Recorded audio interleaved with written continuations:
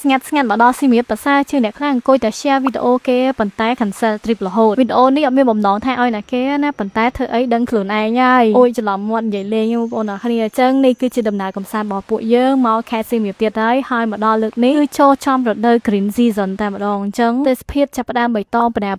ហើយណាគេដែលមានកម្រោងមកសៀមរាបអត់មាន cancel trip ទៀតទេណាមកនេះព្រោះខ្ញុំស្គាល់កន្លែងស្នាក់នៅមួយមានកន្លែងសមរម្យហើយនៅជិតក្រុងមែនតើដើរតែ3ទៅ5នាទីទេដល់ Pub Street ហើយកន្លែងស្នាក់នៅមួយនេះគឺមានឈ្មោះថាអង្គរ Mansion ដែលជាកន្លែងដែលខ្ញុំអាសាទៅស្នាក់នៅមែនតើពួកខ្ញុំជួយចិត្តបន្ទប់គេងនៅនឹងវាបើកជាលក្ខណៈ apartment អញ្ចឹងអានេះគឺជាបន្ទប់2បន្ទប់គេងដែលមានសាឡុងមួយហើយនឹងតុញ៉ាំបាយចាក្រានបាយដែលយើងអាចចំអិននិងកម្ដៅម្ហូបផ្សេងទូទឹកកកម៉ាស៊ីនបោកកៅអៅហើយជាពិសេសនោះគឺមានម៉ាស៊ីនសម្ងួតកៅអៅនៅនឹងទៀតហើយនេះគឺជាបន្ទប់គេងទី1ដែលជា master bedroom មានបន្ទប់ទឹកនៅខាងក្នុងបន្ទប់គេងហ្នឹងបន្ទប់គេង master bedroom នេះធំទូលាយមានទូកៅអៅទូដាក់អីវ៉ាន់ឡើងធំហ្មងហើយបើនិយាយពីបន្ទប់ទឹកវិញក៏ធំទូលាយដែរមានទាំង bathtub នៅក្នុងនឹងទៀតហើយគេបែងចែកកន្លែងកញ្ចក់កន្លែងមុជទឹកនិងប្រគុណឲ្យដោយឡែកហ្មងមកបន្ទប់ទៀតនេះវិញបន្ទប់ទឹកគេនៅខាងក្រៅប៉ុន្តែខែគេងហ្នឹងក៏ធំទូលាយដូចគ្នាដែរបើនិយាយពីខ្នើយពូកនៅនឹងវិញ confirm ទុនល្អគេងលក់ស្រួលហ្មងឥឡូវតទៅដំណើរកំសាន្តរបស់យើងវិញ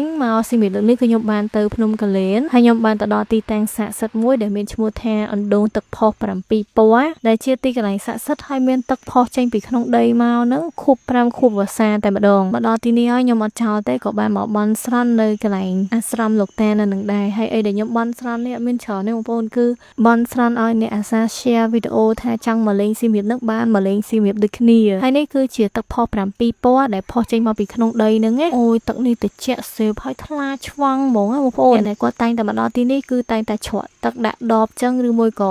ស្រង់យកមកលុកមុខសុំសេចក្តីសុខឲ្យជៀសផុតឆ្ងាយពីជំងឺឈឺថ្កាត់អីផ្សេងចេញពីទឹកផុស7ពណ៌នេះយើងក៏បានបន្តតារាមកកន្លែងលេងទឹកធ្លាក់នៅភ្នំកលែនហ្នឹងខ្ញុំមិនដែលបានចេញវីដេអូនៅកន្លែងលេងទឹកធ្លាក់នេះសោះអញ្ចឹងនេះគឺជាវីដេអូទី1ដែលខ្ញុំបានទៅលេងទឹកធ្លាក់នៅភ្នំកលែនហ្នឹងបងប្អូនហើយខ្ញុំមកលោកនេះមកមួយលីសាដែរ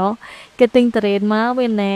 សូមអនុញ្ញាតហូបតរ៉េនគេដែរបដ ாய் ហូបតរ៉េនលេងទឹកអីហើយរៀងឃ្លានបាយមកហូបមកដល់ល្មមនេះយើង order មុនយើងចុះទៅលេងទឹកហ្នឹងហើយបេះមែនតើនេះអាខ្មុំអាំងគាត់នេះអូយជាតិណាស់ខ្មុំសុទ្ធតែពងហើយឡើងខ្ទិះហើយយើងមានមាន់ដុតមួយទៀតអូយល្មមមក trip នេះគ្នា4នាក់ញ៉ាំអត់មានសល់ទេញ៉ាំឆ្អែតហើយចុះមកលេងទឹកទៀតនិយាយពីថាសប្បាយខ្លាំងមែនតើហ្មងទឹកធ្លាក់ភ្នំកលែននេះគេមានច្រើនតំណាក់បងប្អូនអើយដំបងលេងតំណាក់លើគេហ្នឹងកន្លែងញ៉ាំបាយនឹងបន្ទាប់មកចុះមកកន្លែងតាំងសមាធិនេះទៀតអស់ពីនឹងហើយចុះមកជន់ខាងក្រោមគេនេះអូយទឹកតិចធ្លាក់មកនឹងក៏ស្អាតដែរណាជាមួយនឹងទេសភាពដើមរដូវវស្សាឃើញរុក្ខជាតិឃើញស្លែដុះតោងថ្មនឹងស្អាតមែនតើឃើញបរិយាកាសទាំងអស់នឹងហើយមានអារម្មណ៍ថាហៀលហ្មងអញ្ចឹងបានគេតែងតែនិយាយថា Valley Heart សៀមរាបហៀលរបស់គេហ្មងអញ្ចឹងបើសិនជា Heart កុំភ្លេចមកហៀលនៅសៀមរាបណាហើយនៅនេះបើសិនជាអ្នកដែលគាត់ចង់នៅរបៀប long time stay អីត្រូវហ្មងព្រោះវាមាន full facility ហ្មងមានទាំង steam sauna គាត់នឹងបែងចែកបន្ទប់ខាងស្រីខាងប្រុសផ្សេងគ្នាទៀតហើយមានបន្ទប់ gym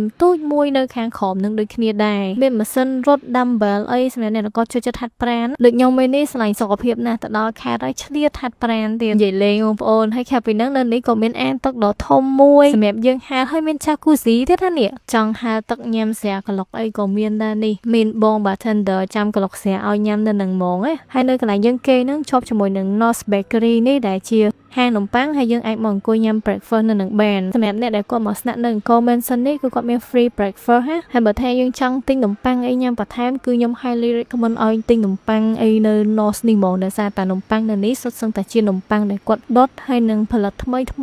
ងៃហ្មងនំប៉័ងនៅនេះភាគច្រើនសុទ្ធសឹងតែជានំប៉័ងប្រភេទបែបអឺរ៉ុបហើយបើសិនជា cake វិញគឺ cake ដែលគេដាក់លក់នៅក្នុងសន្តាគារផ្កាយ5ហ្មងហើយនេះខ្ញុំបានទៅថតសកម្មភាពកន្លែងគាត់ផលិតនំប៉័ងដែរអូកន្លែងគាត់ផលិតនំប៉័ងនេះឥឡូវគឺធំជាងមុនខ្លាំងណាស់បងប្អូនអើយហើយគាត់ផលិតម្ដងច្រើនណាស់ឃើញនំប៉័ងគាត់ដុតហ្នឹងគឺច្រើនមុខច្រើនប្រភេទហ្មងហើយដូចខ្ញុំនិយាយចឹងបងប្អូនកន្លែងគាត់អត់មានធ្វើឲ្យទុកសល់អីទេធ្វើមួយថ្ងៃលក់មួយថ្ងៃសូម្បីតែកន្លែងផលិតនំក្រូសង់នេះគេសិតតែមានម៉ាស៊ីនអូតូផលិតហ្មងអត់មានពិបាកដៃមនុស្សទៅអង្គុយកាត់អង្គុយលុញអីដូចមុនទៀតទេហើយគេចេញមកឡើងប៉ិនគ្នាទៅល្មិចល្មក់ហ្មងអានេះប្រហែលជាគាត់ធ្វើតាមអីដែលភ្ញៀវគាត់កំងព្រោះគាត់មានបោះដុំតាមអូតែលតាមហាងនំប៉័ងហាងកាហ្វេអីផ្សេងទៀតដែរបើសិនជា យើងចង់ទិញយកទៅដាក់នៅហាងអីគាត់មានបោះដុំទៅតាមនឹងដោយគ្រូសងទុយល្មិចល្មក់នេះអីសិតតែភ្ញៀវកំងហ្នឹងអញ្ចឹងនៅនេះគាត់អាចធ្វើតាមតម្រូវការអតិជនបានហើយបោះដុំហ្នឹងគឺ